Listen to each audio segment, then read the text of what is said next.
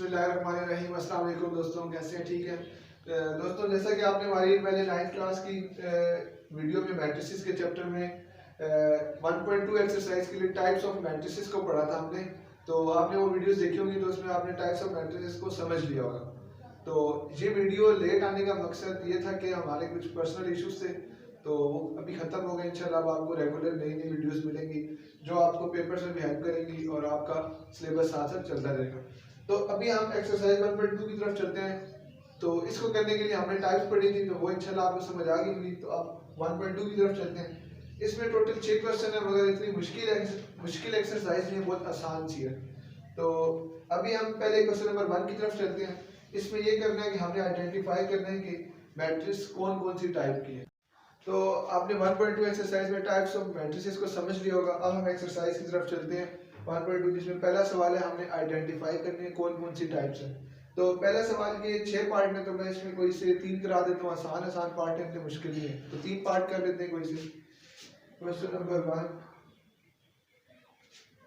Part number B.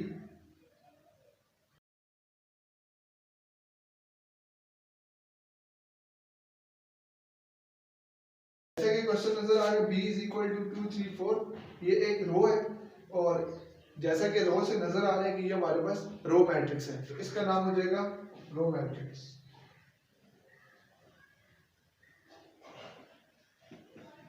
और इसमें एक ही रो है, इसीलिए हम इसे रो मैट्रिक्स कहेंगे। अब हम एक नेक्स्ट पार्ट कर लेते हैं, जिसमें g इज इक्वल टू,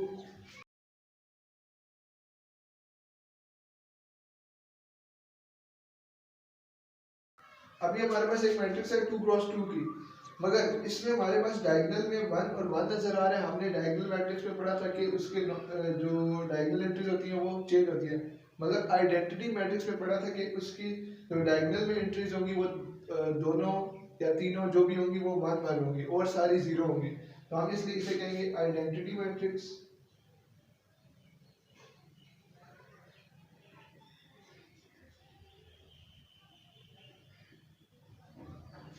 एक और पार्ट कर लेते हैं लास्ट। ये हमारे पास एक क्वेश्चन नंबर ई पार्ट है, ई इज इक्वल टू 0। अब इस मैट्रिक्स में एक ही एलिमेंट है। हमने पढ़ा था कि जिस मैट्रिक्स में एक ही एलिमेंट या एक ही रो होगी तो हम इसे रो मैट्रिक्स कहेंगे। अब इसमें एक एलिमेंट है, इसका मतलब ये रो मैट्रिक्स भी हो सकती है, और एक ही कॉलम बनना है तो कॉलम मैट्रिक्स भी कहेंगे। और हमें नल और जीरो मैट्रिक्स से भी पता है कि उसमें जीरो आता है, तो इसलिए हम इसको नल और जीरो मैट्रिक्स भी कहेंगे। स्टूडेंट्स अक्सर इसको पेपर में कंफ्यूज करते हैं कि ये हमारे पास नल है, जीरो है, नल या जीरो या कॉलम या रो मैट्रिक्स। तो हम इसको तीनों लिख सकते हैं, तीनों। तो इसलिए हम इसके लिए लिख लेंगे रो मैट्रिक्स,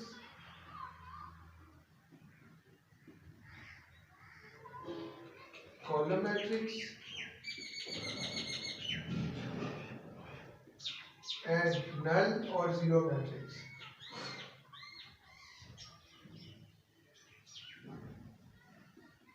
तो ये हमारे पास ई पार्ट सॉल्व हो गए। क्वेश्चन नंबर 1 में 6 पार्ट थे, 3 मैंने करा दिए, आप बाकी 3 कर सकते हैं।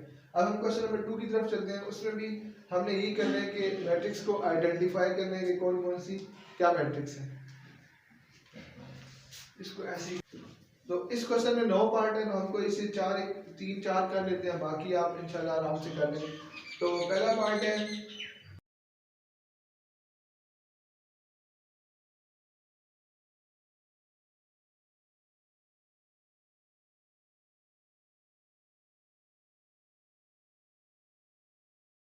अब हमारे पास एक ये मैट्रिक्स नजर आ रही है, तो ये हमें नजर आ रहा है कि इसमें रोज और कॉलम इक्वल नहीं है, तो ये हमारे पास सिंपल रेक्टेंगुलर मैट्रिक्स है। हम इसे कह सकते हैं ये रेक्टेंगुलर मैट्रिक्स।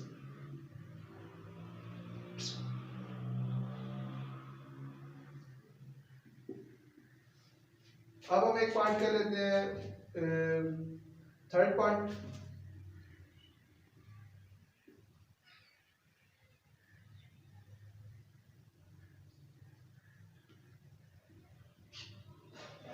अब ये मैट्रिक्स जैसे नजर आ रही है कि इसमें नंबर ऑफ रोज और कॉलम्स इक्वल है, तो हम इसलिए इसे कहेंगे हमारे पास स्क्वायर मैट्रिक्स है।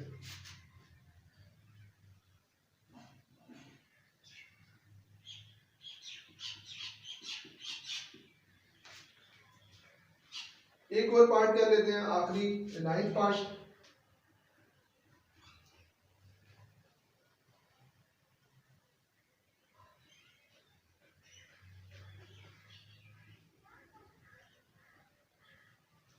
अब इस मैट्रिक्स में जैसा कि नजर आ रहा है कि सारे एंट्री जीरो हैं, तो इसका मतलब है हम इसे कहेंगे हमारे पास नल और जीरो मैट्रिक्स है।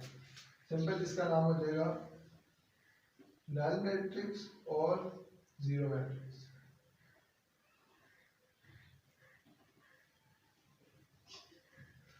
बाकी जो क्वेश्चन नंबर 2 से रिलेटेड पार्ट्स हैं वो आप बिल्कुल आसानी से कर लेंगे, कोई मुश्किल पार्ट नहीं है, सिंपल बस मैट्रिक्स के नेम लिखने हैं। अगर आपको ये समझ आ गए तो आपको वो सारे पार्ट्स भी समझ आ जाएंगे। आगे क्वेश्चन नंबर 3 की तरफ चलते हैं। उसके पांच पार्ट है, तो हम उसमें से कोई से 3 पार्ट कर लेते हैं ताकि वो आपको वो भी समझ आ जाए। Question number 3, A is equal to 4 0 0 4।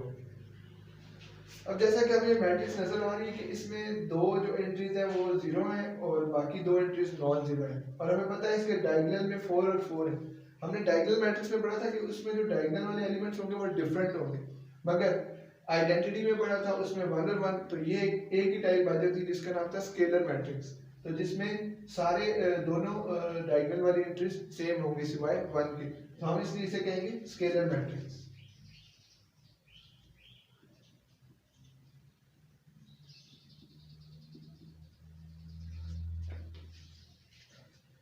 एक पार्ट और कर लेते हैं, b is equal to 2 0 0 -1। अब जैसा कि इसमें फिर नजर आ रहा है कि दो एंट्रीज जीरो है और बाकी डायगोनल एंट्रीज दोनों डिफरेंट है, तो हमने अभी बताया था कि दो एंट्रीज जहाँ पे डिफरेंट होंगी डायगोनल में तो उन्हें कहेंगे हम डायगोनल मैट्रिक्स। ये हमारे पास आ जाएगी डायगोनल मैट्रिक्स।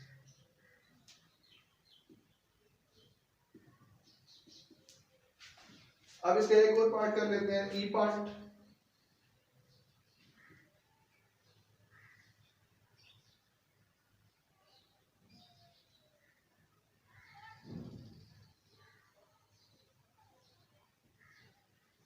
अब जैसा कि इसमें नजर आ रहा है कि 5 - 3 0 0 1 + 1, तो इसको पहले हम सॉल्व करेंगे, उसके बाद आगे देखेंगे कौन सी मैट्रिक्स की टाइप बनती है।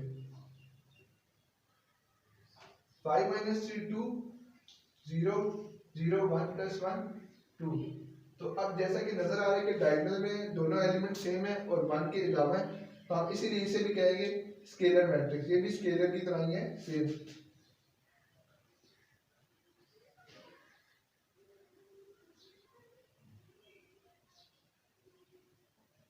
तो ये तीन क्वेश्चन से जो एक्सरसाइज में टाइप्स ऑफ मैट्रिक्स से रिलेटेड थे। अब अगले 3 क्वेश्चन है वो भी आसान से हैं, छोटे छोटे पार्ट्स हैं, तो वो भी अभी कर लेते हैं। क्वेश्चन नंबर 4 में हमें फाइंड करना है फाइंड नेगेटिव ऑफ मैट्रिक्स।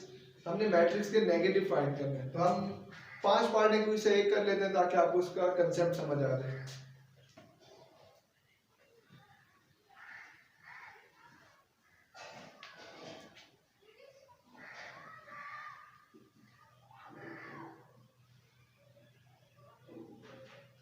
अब ये हमारे पास एक मैट्रिक्स है डी मैट्रिक्स, ठीक है। इसमें आपने नेगेटिव लेना है इसका, इस मैट्रिक्स का। तो नेगेटिव में हमने पहले पढ़ा था कि सबके साइन चेंज करते हैं, तो minus of D is equal to minus into -3 minus into -4 -2 -5। एक चीज पहले भी आपको बताई थी कि जब भी कोई नेगेटिव वाली टर्म होगी उससे माइनस लगाना है तो उसे ब्रैकेट में रखें ताकि मिस्टेक के चांस कम हो। तो ये हमारे पास आंसर आ जाएगा नीचे माइनस माइनस +3 माइनस माइनस +4 -2 -5। तो ये हमारे पास नेगेटिव ऑफ मैट्रिक्स है। सिंपल, सबके हमने साइन चेंज करने होते हैं। तो अब ये इसके जो बाकी 3-4 पार्ट है वो तो आप मेरे ख्याल में आसानी से कर लेंगे सारे स्टूडेंट, जो भी सारे स्टूडेंट्स। तो अब हम चलते हैं क्वेश्चन नंबर 5 की तरफ, जिसमें हमने फाइंड करना है ट्रांसपोज। ट्रांसपोज आपको टाइप में भी समझाया था जब टाइप्स ऑफ मैट्रिक्स एक्सप्लेन कर रहे थे, तो अब इधर भी इसके 2 पार्ट करा देते हैं ताकि आपको कंसेप्ट रिवाइज हो जाए और उसको आप सॉल्व कर सकें।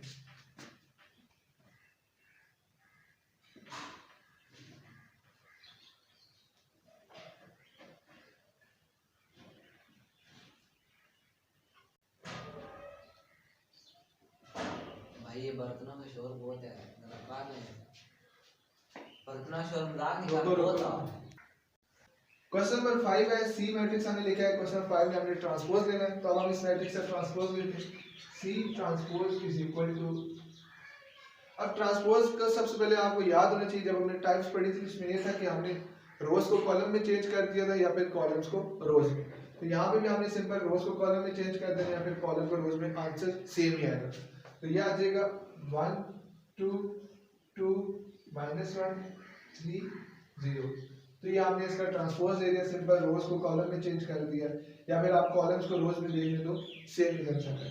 इसका एक और पार्ट कर लेते हैं।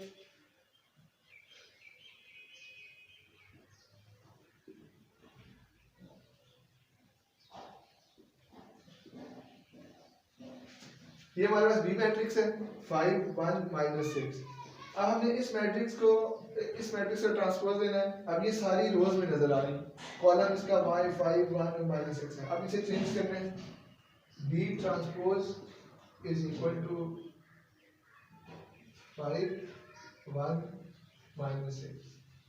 तो ये हमारे पास बी मैट्रिक्स का ट्रांसपोज आ गया। सी पार्ट पहले इसलिए कराया था ताकि आपको सिंपल नजर आ जाए कि ट्रांसपोज कैसे लेते हैं। बी पार्ट बाद में कराने का मकसद ये था कि मुझे इसमें लगा कि एक ही रो है तो स्टूडेंट्स कंफ्यूज होंगे, तो मैंने इसलिए ये भी पार्ट सॉल्व करा दिए। तो बाकी जो पार्ट्स हैं वो सिंपल है, हम आसानी से कर लेंगे। अब हम चलते हैं एक्सरसाइज के लास्ट क्वेश्चन की तरफ, जिसमें हम क्वेश्चन नंबर 6 को सॉल्व करते हैं। क्वेश्चन नंबर 6 में हमें दो मैट्रिक्स गिवन है, ए और बी मैट्रिक्स, और फर्स्ट पार्ट में गिवन है कि ए ट्रांसपोज का होल ट्रांसपोज इक्वल टू ए के बराबर, और सेकंड पार्ट में भी बी के बारे में लिखा है, बी ट्रांसपोज का ट्रांसपोज इक्वल टू बी। तो हम इसमें से एक पार्ट कर लेते हैं, फर्स्ट पार्ट मैं कर लेता हूँ, बाकी दूसरा पार्ट आपकी प्रैक्टिस के लिए होगा, वो कर लेंगे तो आपको इंशाल्लाह ये पूरा कंसेप्ट क्लियर हो जाएगा। अब हम पहले मैट्रिक्स लिख लेते हैं जो गिवन है, ए इज इक्वल टू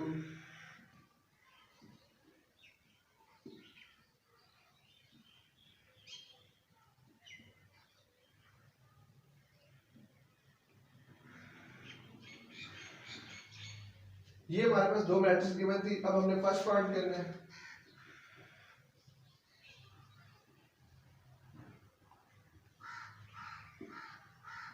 अब ये हमें एक पार्ट गिवन है, अब हमने इसको, ये इसकी लेफ्ट हैंड साइड है और ये इसकी राइट हैंड साइड है, दोनों को सॉल्व करके इक्वल करना है। तो अगर ये दोनों इक्वल आएंगे तो हमारा क्वेश्चन करेक्ट होगा। तो अब हम इसको, इसके लिए हमें नजर आ रहा है कि सिर्फ ए मैट्रिक्स चाहिए, तो इसमें बी का कोई यूज नहीं होगा। तो अब हम पहले लेफ्ट हैंड साइड सॉल्व कर लेते हैं, ए ट्रांसपोज ऑफ ट्रांसपोज।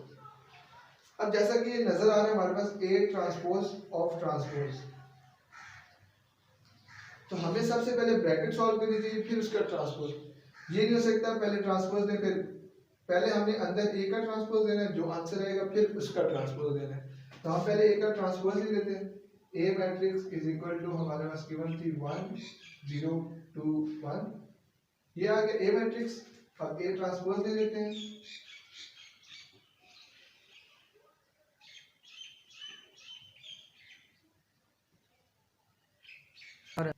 अब हमने ए मैट्रिक्स का ये ट्रांसपोज ले लिया, मतलब कि अंदर वाली ब्रैकेट सॉल्व होगी। अब इसका फिर ट्रांसपोज देना है, तो हम लिखेंगे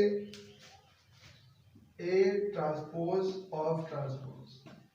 इस मैट्रिक्स का दोबारा ट्रांसपोज लेंगे, हमारे पास आ जाएगा 1 0 2 1। तो ये हमारे पास ए मैट्रिक्स थी, उसका पहले ट्रांसपोज दिया, ये वाली ब्रैकेट आ गई, फिर जब उसका ट्रांसपोज दिया हमारे पास ये पूरी लेफ्ट हैंड साइड आ गई।